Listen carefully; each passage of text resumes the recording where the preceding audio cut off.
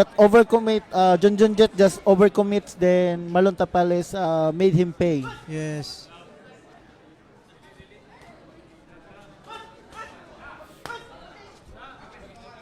But I think the body of Triple J is really that very hard.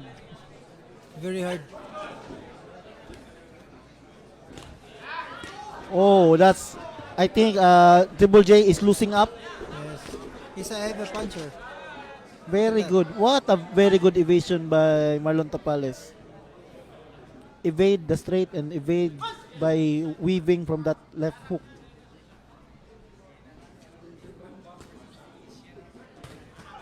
Okay.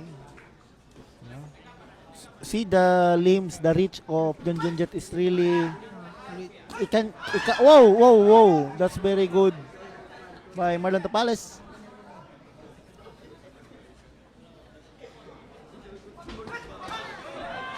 Succession of body punches by the Filipino champ. Oh! What a single left hook counter. That's very dangerous.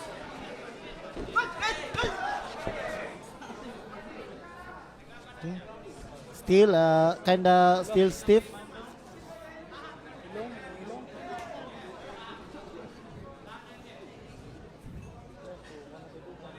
Ano? So, dugo? May dugo na partner sa Ay, ilong. oh. Now, there is a visible bleeding in the mouth of Triple J. Nose. Ano? Nose. Nose. There is a visible bleeding in the nose of Triple J from the punishment he received from Marlon Tapales. So, what can our fans say in the comment section?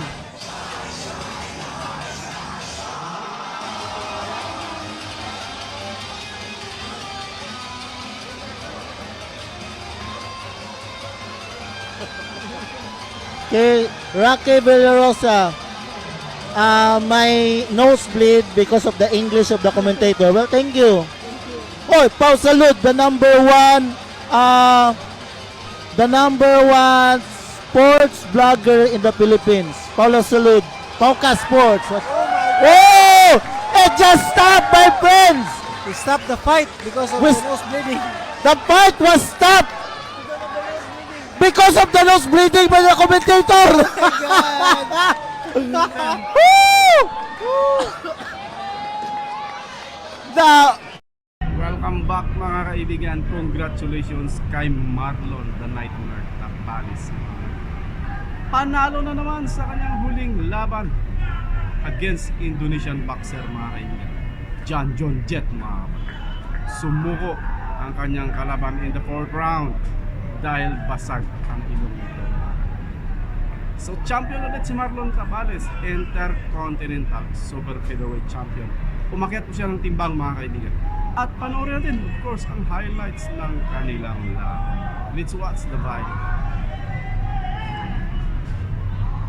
Ayon mga kaibigan. Well, isang magandang sign ito para kay Marlon Tapales mga kapatid. Umakyat ng division at siyempre may future pa rin si Marlon.